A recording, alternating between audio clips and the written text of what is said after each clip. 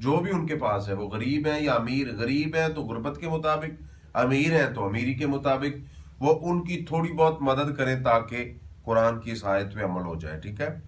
جیسے صحیح بخاری کے اندر حدیث ہے،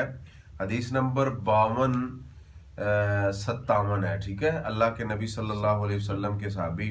حضرت سہل بن سعد رضی اللہ تعالیٰ عنہ اور ابو اسید رضی اللہ تعالیٰ عنہ بیان کرتے ہیں کہ اللہ کے نبی صلی اللہ علیہ وسلم نے امیمہ سے نکاح کیا، تو جب اللہ کے نبی صلی اللہ علیہ وسلم اس کے پاس گئے تو اس نے آپ کا ہاتھ روک دیا، ٹھیک ہے، چونکہ خامند کا بیوی پہ حق ہوتا ہے نا، تو واللہ عالم کس لیے اس نے روکا یا اس کے ذہن میں دل میں کیا بات تھی۔ تو جب اس نے آپ کا دست مبارک جو ہے اس کو روکا تو اللہ کے نبی صلی اللہ علیہ وسلم نے اسے رخصت کر دیا، اور آپ صلی اللہ علیہ وسلم نے 2 سوتی کپڑے صحابہ کرام کو حکم دیا کہ وہ اس کو دے دو، چونکہ وہ غیر مدخولہ ہے، اور اس کو آپ نے فارغ کر دیا تھا، ٹھیک ہے۔ اب ادھر ایک سوال ہے کہ غیر مدخولہ جو ہے اس کو اگر طلاق دے دیں تو پھر ویسے تو طلاق کی عدت کتنی ہے؟ 3 ماہ ہے نا، ٹھیک ہے، ثلاثۃ قروء، لیکن اگر غیر مدخولہ کو دے دیں تو یہ سورۃ الاحزاب آیت نمبر 49 میں اللہ تعالیٰ فرماتے ہیں یا ایھا الذین آمنوا اذا نکحتم المؤمنات ثم طلقتموہن من قبل ان تمسوہن فما لکم علیہن